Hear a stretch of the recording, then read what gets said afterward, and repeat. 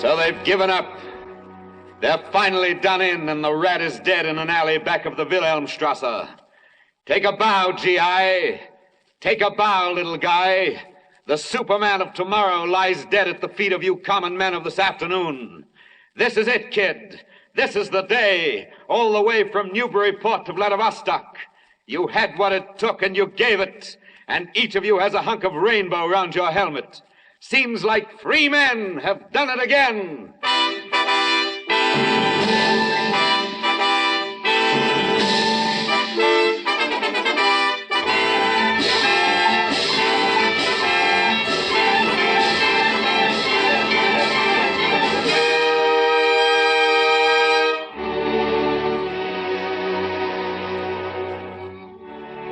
By popular request, the Columbia Broadcasting System presents a repeat performance of On a Note of Triumph, a special broadcast written, directed, and produced by Norman Corwin for the Day of Victory. Martin Gable is narrator, and the music is by Bernard Herrmann. Martin Gable in Norman Corwin's On a Note of Triumph.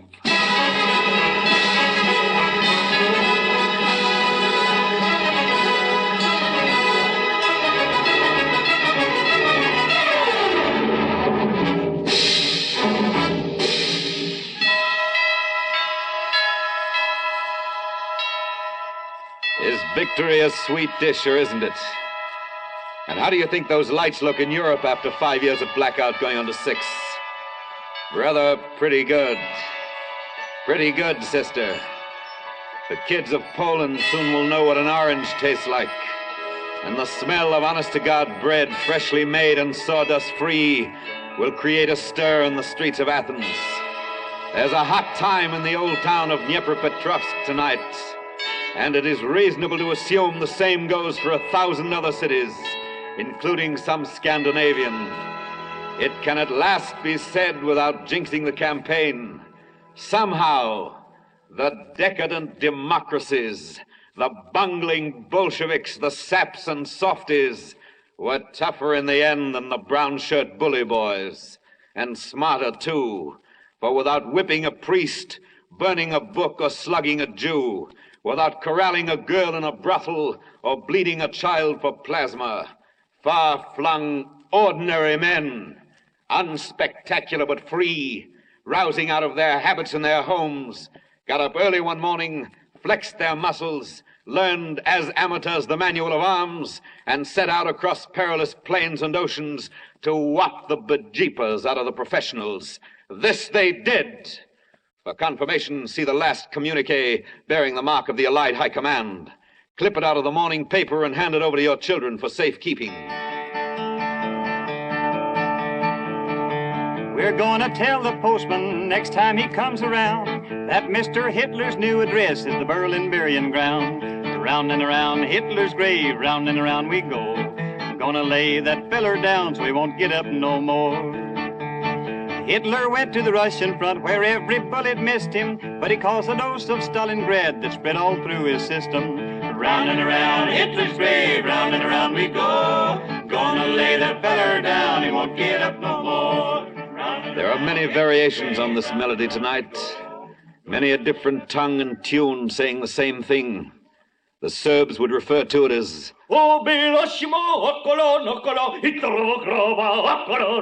and the Danes. The Greeks have a word for it.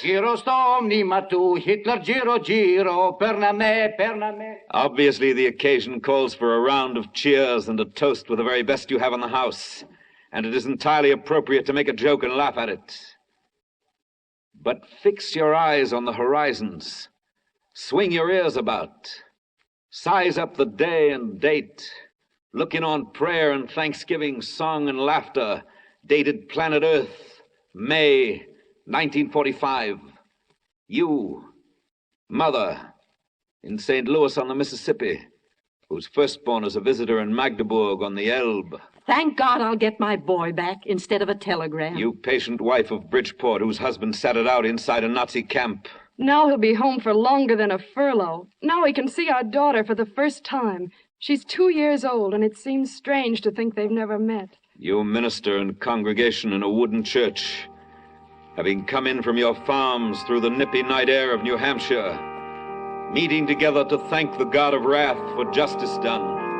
Oh, sing unto the Lord a new song. Let the congregation of saints praise him. Let the praises of God be in their mouth, and the two-edged sword in their hands, to be avenged of the nations, and to rebuke the peoples, to bind their kings in chains.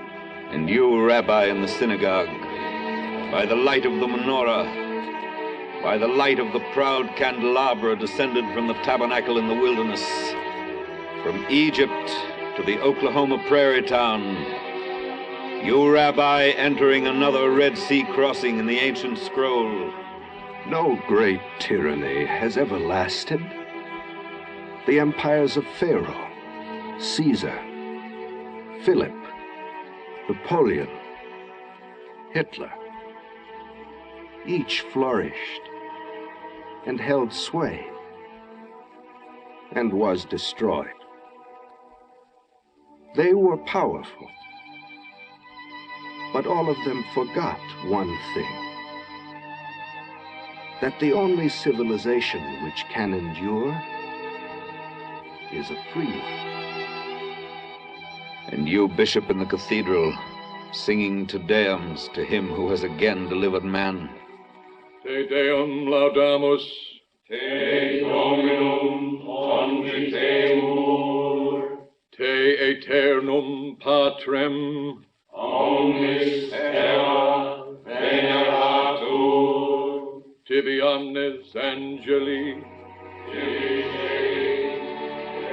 Have you time right now, listener, to stop in at 100 million homes? Some of them with plaster loose from the last bombing. Some in towns where townsmen's blood mixed lately with rainwater in the gutters. In farmhouses of steppe and upland. In mining villages with regimented chimneys. In apartments of executives where decor is impeccable and genuine utrillos hang. In tenements where L trains go by every 7 minutes with a rack and roar. It's top of the evening. Hip, hip, hooray. How about another drink out? And a very good time's being had by all. Meanwhile, the crowds gather.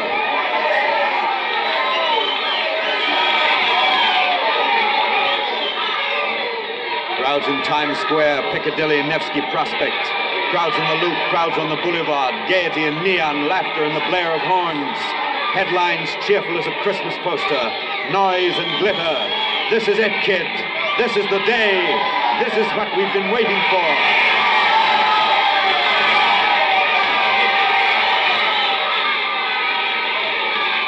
But through the din, the clamor, you hear a voice. In the hearing of your conscience, don't you get a whisper? Listen. Listen. Nothing yet. Just crowd. But listen close. Take your good ear out of low range. Whisk it high. Hoist it up to Cirro Stratus country. Up to where a B-29 has wing room. Flash across a dark Atlantic heaving under the sway of a victor's moon. Listen for intimations of wind and water in a rush of fog eastward of the Grand Banks. Below these waters, strewn beneath the lanes of porpoise and whale, the bones of how many good men lie. But never mind, running as we are eastward against the grain of time, we are over the isles and a hop and a jump. We're established now on the continent. So listen closely.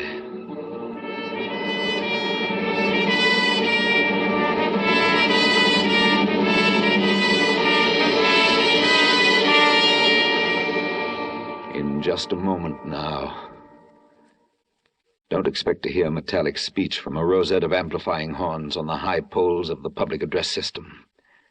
But listen for a modest voice, as sensible and intimate to you as the quiet turning of your own considered judgment. Now we're ready.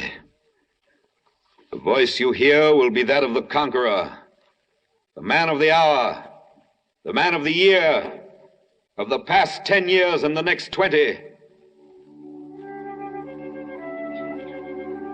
I'm a private first class in an army of one of the United Nations. If you don't mind, there's some things I'd like to ask. Just a man in uniform you've met somewhere or seen in the newsreels, loading a truck, or marching, or read about in the dispatches. A fighting man, glad to be alive, a little tired but in good shape, a dozen battles notched in his gun stock and dug in his memory. Who is he? Well, his name and rank and nationality don't matter much. Just picture him where he may be tonight in Europe. Perhaps in his cot in a barracks, his hands behind his head, thinking things over. Perhaps he's standing on a village green before a monument to the dead of World War I. Perhaps he's strolling in a history-weary valley under the same stars which 2,500 years ago watched a Persian brand of Nazi take a beating in the hills of Marathon. Close your eyes, and it could reasonably be this boy, that boy, any boy at all with war still thumping in his ears. Close your eyes and concentrate and listen. If you don't mind, there's some things we guys would like to ask. First of all, who did we beat? How much did it cost to beat him? What have we learned? What do we know now that we didn't know before? What do we do now? Is it all going to happen again?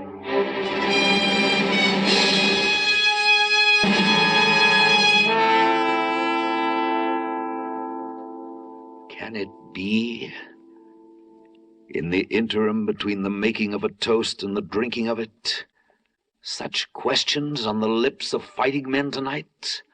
Questions from areas of truce, insistent, footnoting the surrender?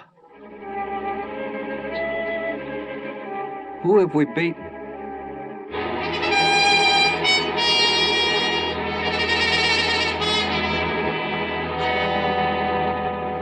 Who have you beaten? Well, let's get hold of him and see. Lead him in and prop him up before our microphone. Now, look at this rubble of a man. Ragged, broken, blonde Nordic hair matted with pure Aryan blood, deaf from blast and blind from smoke, chin down, tail between his legs. Pity the poor beggar? I was ordered to do it. You hear? He was ordered to do it. I'm a soldier. I'm a little man. I merely obeyed orders. Whose orders? The party's. Who elected the party? I did. Who supported the party? I did. When you saw where the party was taking Germany, whose job was it to overthrow the party? Mine. And did you? No. I was a member of the party. He's meek. Now. He answers questions. He stands before you gun reft, palms empty, steel whip confiscated, wounded, defenseless, thrown upon your tender mercies, the quality of which he trusts shall not be strained. Observe him. Note him well. Now, if you wait until we spin the mic about so that it picks up the winter of a not long bygone year. It was the year Broker's Tip won the Kentucky Derby, and 3.2% beer was proclaimed morally fit for Americans to drink. It was 1933. The mic, reversible, goes back to it.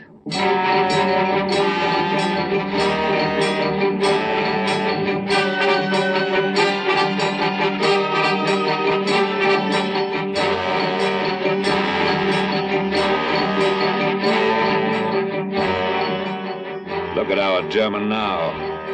Fat and sassy, swastika on his armband, cobblestone in hand, ready to advance the cause. Another Jewish store window is broken, the stock will presently be looted, and the state is happy. Hey, nani, nani, achtung, and well-a-day. This has been a good week for the little man who obeys orders, and prosperity fills his jowls and biceps. For his Fuhrer was appointed Chancellor last Monday, and on Wednesday... Open the door! Open! Raids on the homes of leaders of the opposition parties, and on Thursday... This is what we think of your newspaper. You're forbidden by decree to publish any further editions as of today. Suppression of the opposition newspapers, and on Sunday... Attention! An official government decree. Henceforth it shall be deemed a crime against the state, punishable by law, to make any criticisms whatever of Reichschancellor Hitler. Heil Hitler!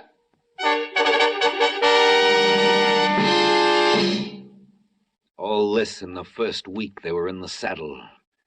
Every week then after for 12 inbreeding years of 52 weeks each year, week in, week out. The looking around carefully before speaking. The leather heels on the door stoop and the bell ringing insistently at 3 a.m. The stormtrooper, authority dangling from the holster on his hip, smugness fitting him like tights. The new decree even worse than the one published last week. The dream of escape. The pillowful of border where kind people wait just across, just beyond, on the other side, so near they see you and have pity for you. And then the awakening in the room in Dusseldorf. You're under arrest. Put your clothes on. Come with me. Violence beyond the fitful dreams of the straitjacketed maniac in the asylum. Tear out his beard by the roots. If his face comes off with it, all the better. Arrogance enough to dwarf an Alp. God has manifested himself not in Jesus Christ, but in Adolf Hitler. Last week pillage, this week murder, next week burn the books and don't forget the Bible. 4th week in April, trial of 1,000 priests and nuns. The men who were masterless but free now have a master but no freedom. However, they have discipline and a scapegoat, and one can go far on that. Hunger and poverty and a couple of big contributions from a couple of big industrialists were enough to get them started.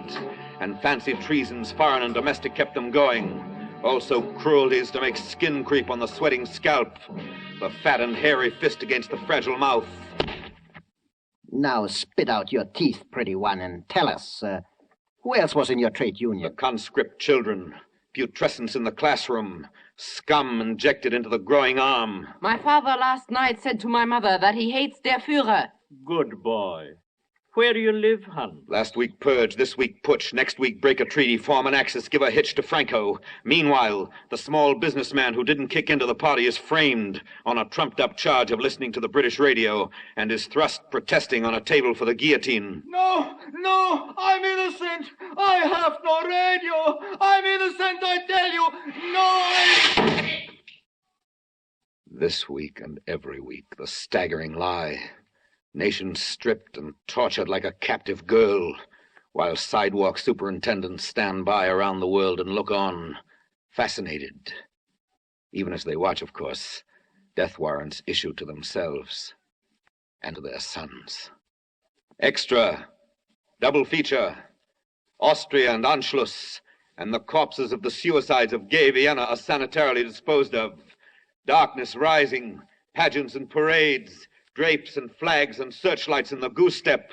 Next week, umbrella dance at Munich. Salome bearing the head of John the Czech. And coming soon, too soon, lavish spectacle, millions in the cast, curtain going up, Poland devoured by lightning and locusts in 18 days.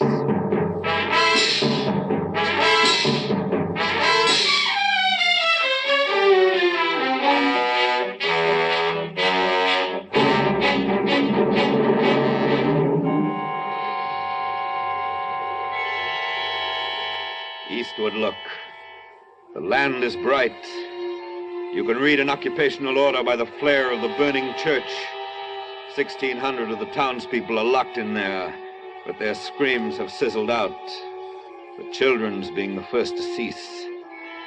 In the ruddy-complexioned evening of Bydgoszcz, study, if you will, the reflected glow on the face of the little man who obeys orders.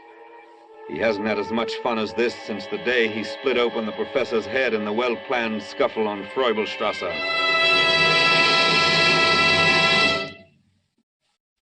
Now, if you will permit us to move the mic along, being careful not to trip either over the rubble of treaties or the ruins of Rotterdam, we'll have a word with the same little man who last month pasted Denmark and Norway in his scrapbook.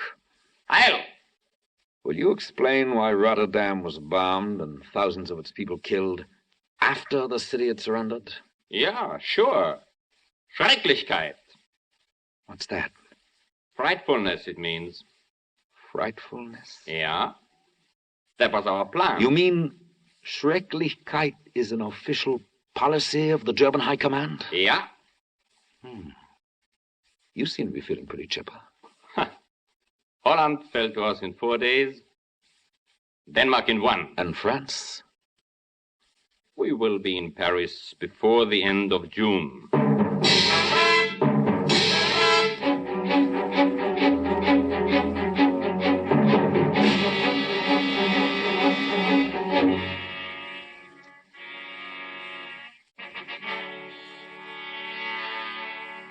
Scene: a clearing in the forest of Compiègne before the end of June. Occasion: unconditional surrender of liberté, égalité, fraternité. Cast in order of appearance: Hitler, the Sunshine Boy; Goering, of the splendid Nordic belly; von Brauchitsch, the man who looks like a rat; Ribbentrop, the rat who looks like a man; assorted admirals, generals, flunkies, plenipotentiary. Shirer, the reporter, stands at the edge of the clearing, watching the party advance to the armistice car. His eyes are on the face of the Fuhrer, who the other day did a little dance for the newsreel cameras when he learned the good news of the death of France.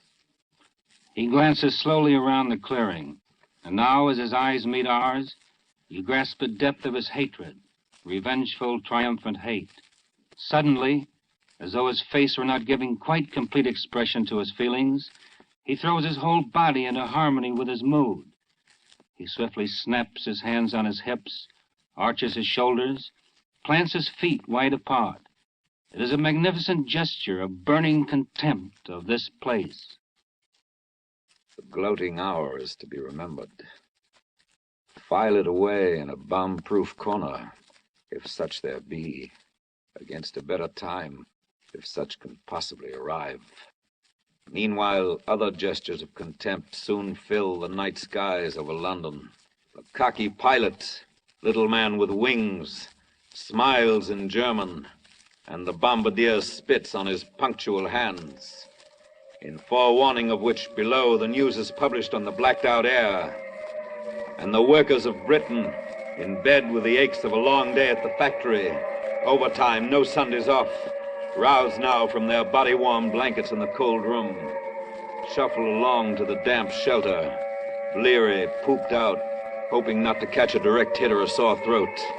And, inevitably, in some postal zone or other, the hit is a direct hit. And the kid with the bright blonde hair and the turned-up nose moans all night among the rubble because his left leg hangs in blackened tatters. And he cries to his mother, who is dead.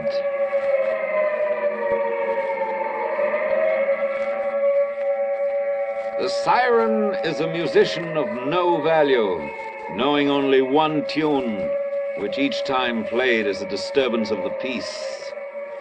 Oh, in the prime of the Luftwaffe, when there was nothing west of Dunkirk save prospects of invasion, the tenor of life in London was considerably beneath that of Berlin. For whereas the pubs of Westminster burned like books in synagogues, and the waters of the estuary blazed with oil, the warm cafes of Kurfürstendamm were busy and gay, and there was boating in the Tiergarten. The waltzes of J. Strauss of Austria, now part of the Reich, were especially lilting in the ballroom of the Adlon.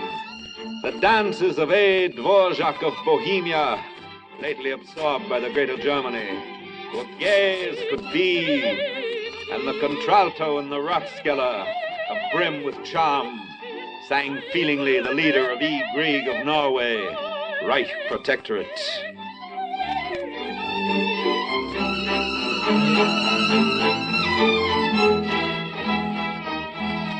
And war was glorious, and the best champagnes of France were poured on the tables of the Schutzstaffel. The finest grades of Danish bacon sputtered in the skillets of loyal party workers. Paintings from the Louvre hung tastefully on the walls of Berchtesgaden, and the iron ore of Sweden alloyed well with the bauxite of Spain. The music was but stimulating, and the performance but continuous, with a minor fanfare for the pushovers in the Balkans in the month of April. A flourish for the Isle of Crete in May. And in June, summer coming in with the sound of another broken treaty. Yea, on the dawn of the second day of summer, the little man who could be relied on to take orders took yet another order. Proudly, he advanced chin up, Stuka high, chest out, tanks pointed east into the Soviet Union. And it was a great morning, and war was glorious, and it was exalting to kill and destroy for der Führer, as always. And the fanfares soon came every hour on the Reichssender radio. Smolensk, Kiev, and Oryel falling to the accompaniment of pronouncements from Lord Haw-Haw. It will be futile to hope that one day the Soviets may rise again. They will never rise again. They are being smashed once and for all. When their defeat is completed, Britain will stand alone without one single barrier between her and the foe. Bryansk, Odessa, Rostov, encirclement of Leningrad, siege of Moscow, Russia staggering under the bulletins of DNB, and the sale of Russian-German dictionaries boomed in Leipzig, city of books and culture. At about which time the little man took another swig of captured vodka, stripped another car-loaded Lublin, herded naked men, women, and children into hot showers to open their pores for the gas chamber, and then sat back in his barracks and listened to waltzes on the loudspeaker in the prison yard. Later, in conformity with the predictions of seasoned military observers, the Russians were crushed at Stalingrad, and that was the deciding blow. Hitler, the giver of orders, said so himself, said no power on earth could push the Wehrmacht back from Stalingrad, and who could doubt the word of him in whom God hath manifested himself? What Hitler hath put asunder, no man could join, and that was that. And the wave of the future swept all before it, and the century of the uncommon Aryan opened up ahead, and Germany was promises.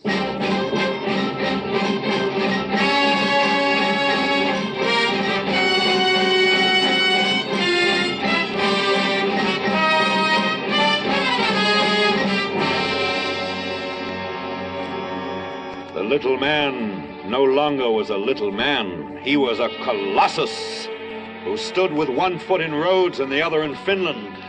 He clapped his hands and a tanker went down off Atlantic City aflame. He blinked his eyes and there ensued mighty thunder, and Tobruk was his in a day. He inhaled and 1,000,000 slaves trembled in his galleys. Nothing like him ever was.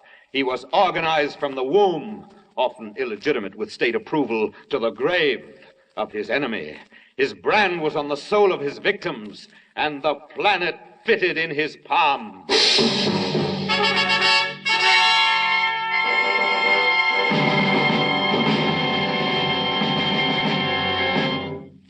This is the man you have beaten.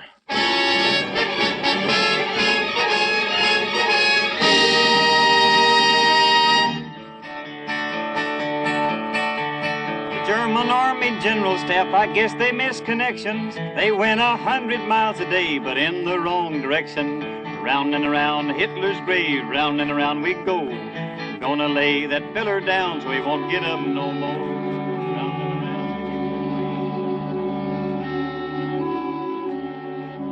We return you to the conqueror, to the boy with the questions on his mind, to the man of the hour, the man of the year, the man of the next 20 years. So that is the man we're beating. How much did it cost to beat him?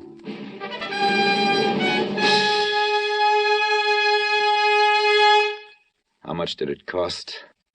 Well, the gun, the half-track, and the fuselage come to a figure resembling mileages between two stars. Impressive, but not to be grasped by any single imagination. High octane is high, and K rations in the aggregate mount up, also mosquito netting and battleships. But these costs are calculable and have no nerve endings, and will eventually be taken care of by the federal taxes on antiques, cigarettes, and excess profits. However, in the matter of the kid who used to deliver folded newspapers to your doorstep, flipping them sideways from his bicycle, and who died on a jeep in the Ruhr, there is no fixed price, and no amount of taxes can restore him to his mother. His mother sits in a room with a picture tonight, and listens to a clock ticking on the mantelpiece, and remembers, among other things, how he struggled with the barber when he was getting his first haircut, and how she tried to calm him.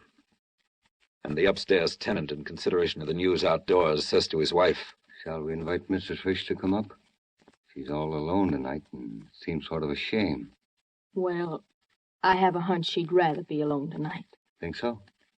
I don't think she's in a mood to talk or carry on. She probably just wants to be with her thoughts. Maybe you're right. And the thoughts of the mother are tall, straight thoughts, and they burn like candles, quietly and slowly, and they trail into smoke and are lost in shadows.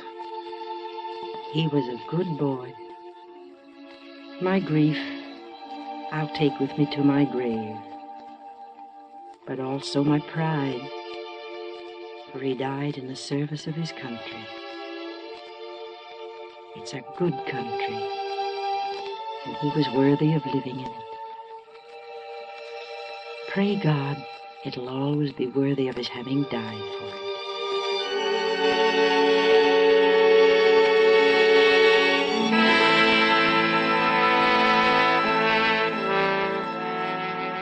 And most of the fallen young leave mothers and fathers alive and awake tonight. And if you wish to assess the cost of beating the fascists, you must multiply the closed files in the departments of war by the exchange value of sorrow, which is infinite and has no decimals. Not to be overlooked either in such reckonings tonight is the international character of the love of human beings, since this phenomenon never has been bounded on the East by Eastport. Elsewise, what is a notice like this doing in the busy pages of the London Times? To my dearly beloved boy, Donald H. Collins, fighter pilot RAF, on this your 21st birthday, reported killed in action, September 6, 1941. Sadly missed, Mother. Elsewise, why the young mother in Baranovici, Poland, writing to relatives in Orange, New Jersey? My dear Moishkele, and all my dear ones. On the 25th, there was a massacre here.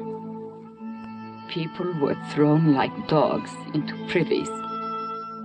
Children were thrown alive down wells. We are still among those who have been able to survive. But for how long? We expect death every day.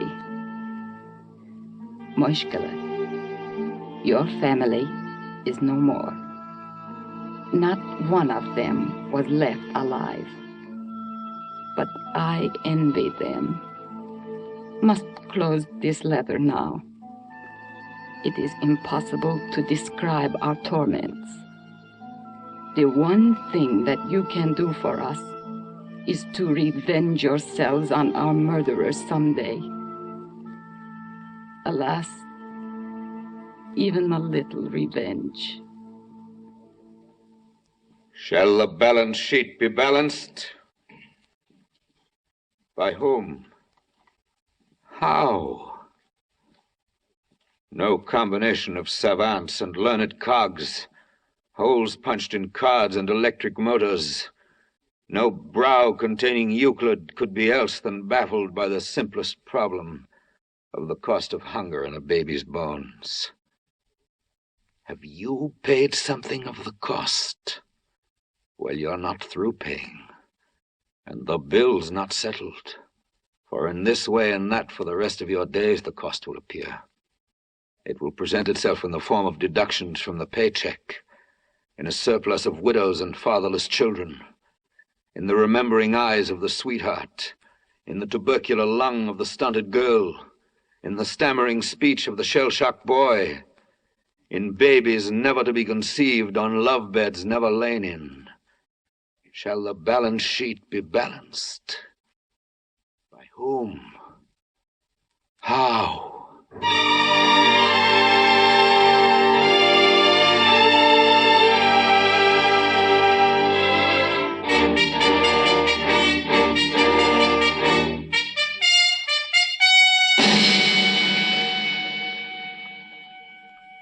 Again, we return you to the conqueror, man of the textbooks of millenniums ahead. But what do we know now that we didn't know before? What have we learned out of this war?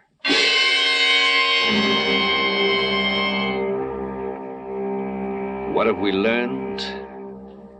For one thing, evil is not always as insidious as advertised, but will upon occasion give fair warning, just as smoke announces the intention of flame to follow. Never has disaster had so many heralds as this war. Cassandra spoke from every lecture platform, and the notices were posted high and low. A cabinet minister resigned at Downing Street protesting. A president cried quarantine. Moscow sent food and guns to Barcelona. A housewife of Duluth boycotted German goods. An emperor of Ethiopia said in good French before the statesmen of Geneva, Je suis venu pour avertir l'Europe de la catastrophe qui l'attend. I came to give Europe warning of the doom that awaits it. Je suis venu pour défendre la cause de toutes les petites nations menacées d'agression. I came defending the cause of all small people who were threatened with aggression. Aujourd'hui, le problème a une portée beaucoup plus étendue que l'agression italienne en elle-même. C'est la sécurité collective.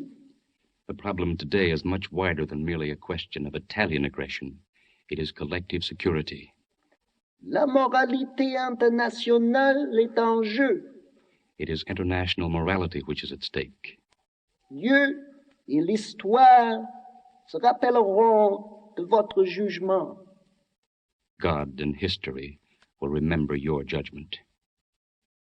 Signs and portents. It was no furtive tapping on the windowsill at night, but clamorous pounding in the public square, blow after blow like a monstrous drop forge, beating into shape the time to come. And the time came, and the prophecies matured. The storm arrived and was no surprise to the barometer, the Jew who had cautioned. The Nazis are not against the Jews alone. That's just a sham. If you let them carry on this way, there'll be the death of Christians, too. He saw Gentiles die as well and sighed, and foraged for bullets in the cellars of the Warsaw Ghetto. Yea, and the time came, and it developed that Cassandra and the Jew were right, and that the Cliveden set was wrong. Fire and brimstone dropping from the sky were educational. There were tongues and torpedoes, sermons in bombs, books in the running battles. Whatever was learned the hard way, between blood transfusions and last rites.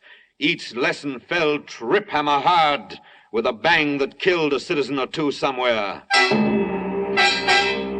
We've learned out of World War II that we'd learned nothing out of World War I. We've learned that nations don't know what they want will get what they don't want. We've learned that our East Coast is the west bank of the Rhine, and the defenses of Portland begin in Shanghai. Soft answer doesn't turn away wrath. And if you offer your other cheek to a fascist, you'll get your head blown off. We've learned that a newspaper with a big circulation right at home can lie with a straight face 7 days a week and be as filthy and fascist as a handout in Berlin. We've learned that those most concerned with saving the world from communism usually turn up making it safe for fascists. We've learned that women can work and fight as well as look pretty and cook. We've learned the Germans came close to winning the first time, even closer the second time, and might damn well win if we give them a third time. We've learned the value of allies in a world where any war is sooner or later a world war. We've learned that some men will fight for power, but that most men will fight to be free. We've learned that freedom isn't something to be won and then forgotten. It must be renewed like soil after yielding good crops, must be rewound like a faithful clock, exercised like a healthy muscle. Free men who forget that lose their freedom.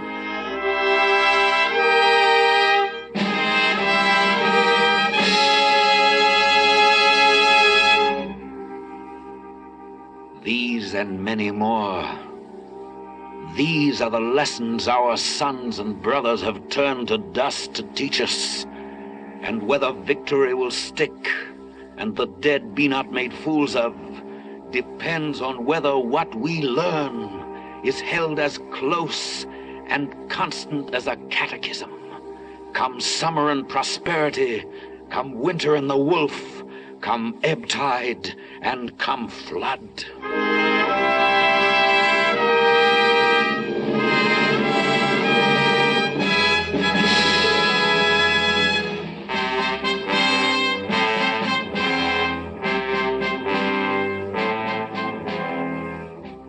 Again the Conqueror, where he patrols in Germany tonight under a streetlight. Again GI triumphant, by whose dint the lamps are going on all over Europe. We return you to the Conqueror. Here's another thing I'd like to know. What do we do now? What do we do now? Why, the war goes on. And you yourself, man of the hour, start out upon old worlds to conquer. For though the swastika comes down and is trampled under shoes made in Massachusetts and Lancashire, though the ovens of Lublin are avenged, the war goes on. And peace stands off stage waiting for a cue at the end of a Japanese drama. Meanwhile, unfinished business in Asia, killing to be done among the archipelagos. The cruiser turns about and makes for wider waters. The garrisons of China check the hour. Shall those of us who never quite believed that war could come now hasten to believe it over? We here at home, who safely tidied battles into books, spliced the counteroffensive into a feature film, and went to see it together with an Andy Hardy picture at the Orpheum, shall we who followed the bloody tracks on maps and took assurances from pins that tanks had gotten through, shall any of us celebrate beyond the compounds of this night? Look here. We hoist our microphone again, 50 feet higher than Everest, and listen to items blowing toward us on the west wind over unpacific oceans. Listen. You hear it? The report of young men from Nebraska dying. Yes, this night. Word that Kentuckians are navigating coral seas. Texas Rangers bombing in pagoda country. Run with us westward now in pursuit of a sun last seen on this continent an hour back. Westward with the grain of time over an afternoon of ocean. Over humid isles where the situation is in hand. And into tropic skies to overtake a young American on vigil. Ahoy there! Hey! Have you heard the news? Yeah, pretty wonderful, ain't it? Run on among the Indies. Look below you now, sunlight fretting the surface of the sea, horizons tentative in haze, islands a-lee, and the smell of vegetation mixing with ocean air. In a flicker, banks of cumulus ahead now fall behind. Leagues rush past. Noonday is caught up with. Straight below, like beetles in a pond, warships out of Newport News, destroyers on patrol. We plummet to the leader, and through a ventilator on the port side aft, lower our microphone until it touches bottom in the engine room. Ahoy there, engineers! Have you heard the good news? We sure have. What do you think of it? 2 down and 1 to go. Now, hoist you up and overboard and dive with your equipment well in hand into the sea and under it. 5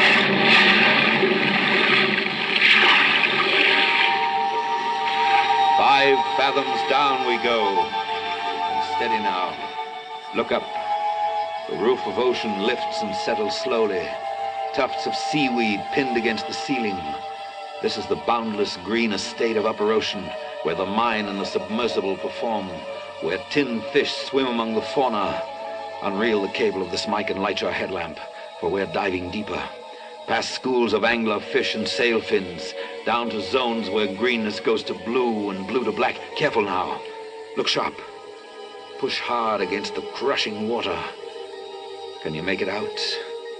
A shape, long and slender, lying on a hummock of the bottom, almost covered by a drift of mud. Alas, it's not an ancient hulk. It is a submarine made in Wisconsin. The Scorpion, perhaps. The Amberjack. The Argonaut. We beat upon her hull. Ahoy there! Have you heard the news? Listen! Can you hear us? Listen! It's all over with the Nazis! We've beaten them! Can you make that out? You who are these long months unreported, you who have been out of touch of any but the deep-sea angels of the Lord's Leviathan reserves, you who are resting, rest assured of this. Over your heads and above the sea, victory has risen like a sun and moves west as we tell these things to you. Your brothers going down to sea in ships sail toward the settling of a score. Here with you on this ocean bed lie fighting comrades, men of the Cisco and the Perch, the Yorktown, the Chicago, and the Liscombe Bay. Each shall be vindicated in good time. The names of Hornet and of Wasp have been fitted with new stingers, and on trim battle wagons, sailors from Northampton, Houston, Helena, and Lexington set out to resurrect the glory of proud sunken ships who bore those names. The Japs in conference tonight may well consider the latest news from Europe, and while they're at it, please to note the weather forecast for tomorrow. Dawn coming up like thunder.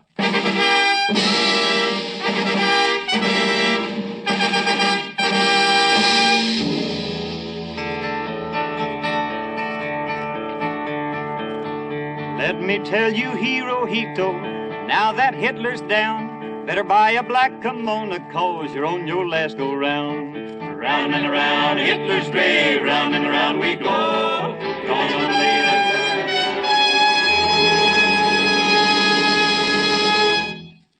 We return you to the Conqueror. Yeah, the war goes on, that's understood all right. But when we've finished with the Japs and the whole thing's over, well, what then? Is it gonna happen again? Soldier, when the sweet morning comes and you're mustered out, when you get paid off and there's a ticket in your wallet that guarantees delivery to street and number and the faces that you've dreamed about in foxholes, you must not forget to take along your homework in the barracks bag. For there's no discharge in the war. You're on probation only. You and the faces you've dreamed about, and all the rest of us.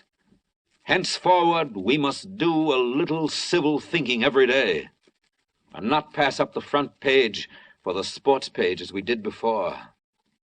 Vigilance pays interest and compounds into peace, whereas bland unconcern and the appeasing cheek-draw blitzkrieg as a lightning rod attracts a thunderbolt. A little civil thinking every day. That is the homework. Yes, shooting your mouth off against the bad appointment and the shoddy referendum, storming the redoubts of the local Schickelgruber, voting in season, and demanding of your representative that he be representative.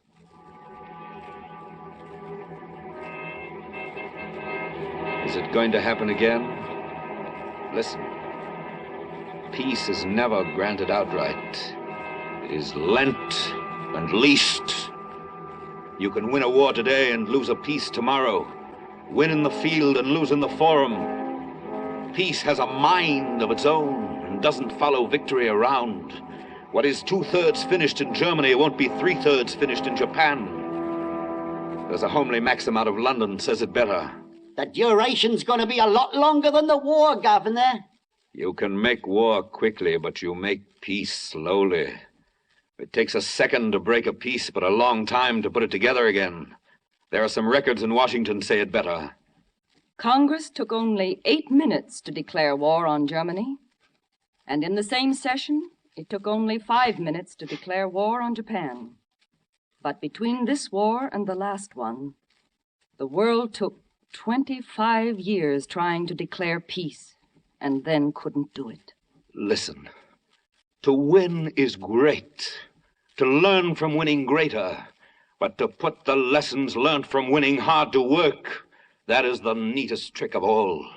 Shall we live alone this time and like it? We tried that before, and it didn't work. Shall we sit with the rest of the world in common council or stand apart in splendid isolation? We stood apart last time, and it didn't work. Shall we merely assume it will happen again in the course of human nature and make up our minds not to make up our minds about anything really important? We tried the ostrich routine last time, and it didn't work. Soldier, don't you feel in your bones that we can keep it from happening again? That we're smarter now we've learned some lessons, and stronger now we've made some friends.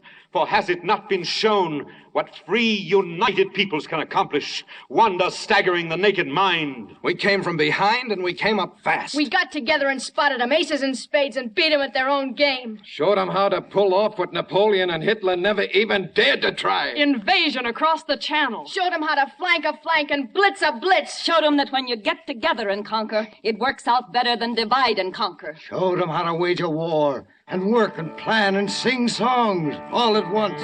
We're gonna tell the postman next time he comes around that Mr. Hitler's new address is the Berlin burying ground. Round and around Hitler's grave, round and around we go. Gonna lay that feller down, he won't get up no more.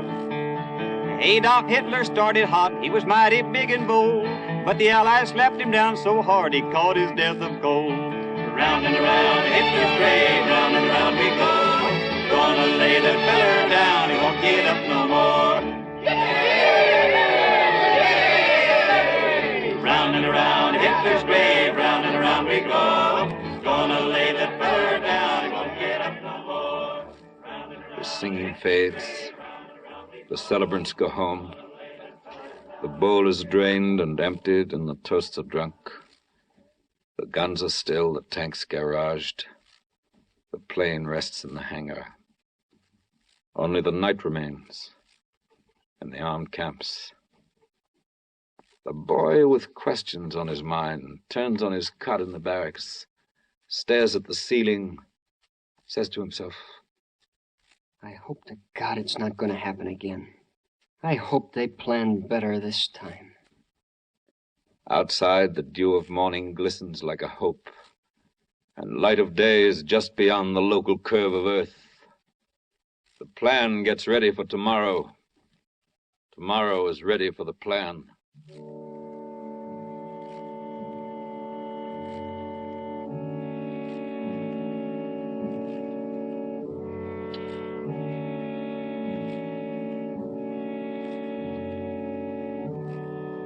Lord God of trajectory and blast, whose terrible sword has laid open the serpent, so it withers in the sun for the just to see. Sheathe now the swift avenging blade with the names of nations writ on it, and assist in the preparation of the plowshare. Lord God of fresh bread and tranquil mornings, who walks in the circuit of heaven among the worthy, deliver notice to the fallen young men. The tokens of orange juice and a whole egg appear now before the hungry children. That night again falls cooling on the earth, as quietly as when it leaves your hand. that freedom hath withstood the tyrant like a Malta in a hostile sea, and that the soul of man is surely a Sevastopol which goes down hard and leaps from ruins quickly. Lord God of the topcoat and the living wage, who has furred the fox against the time of winter, and stored provender of bees in summer's brightest places, do bring sweet influences to bear upon the assembly line. Accept the smoke of the mill town among the accredited clouds of the sky. Fend from the wind with a house and a hedge him whom you made in your image, and permit him to pick of the tree and the flock, that he may eat today without fear of tomorrow, and clothe himself with dignity in December. Lord God of test tube and blueprint, who jointed molecules of dust and shook them till their name was Adam, who taught worms and stars how they could live together, appear now among the parliaments of conquerors and give instruction to their schemes. Measure out new liberties, so none shall suffer for his father's color or the credo of his choice. Post proofs that brotherhood is not so wild a dream as those who profit by postponing it pretend. Sit at the treaty table and convoy the hopes of little peoples through expected straits, and press into the final seal a sign that peace will come for longer than posterities can see ahead, that man unto his fellow man shall be a friend forever.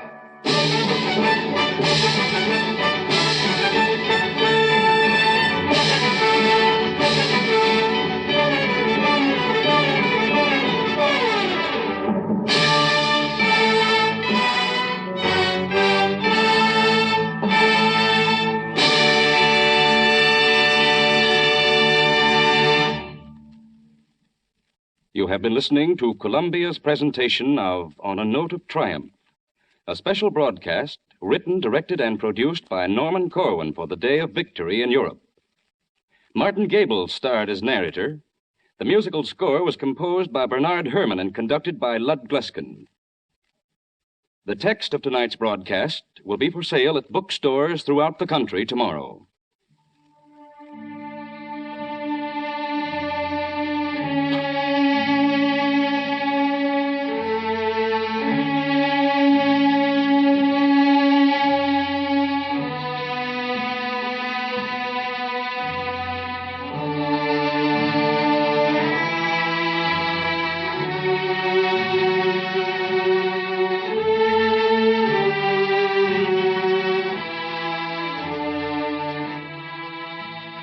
This is CBS, the Columbia Broadcasting System.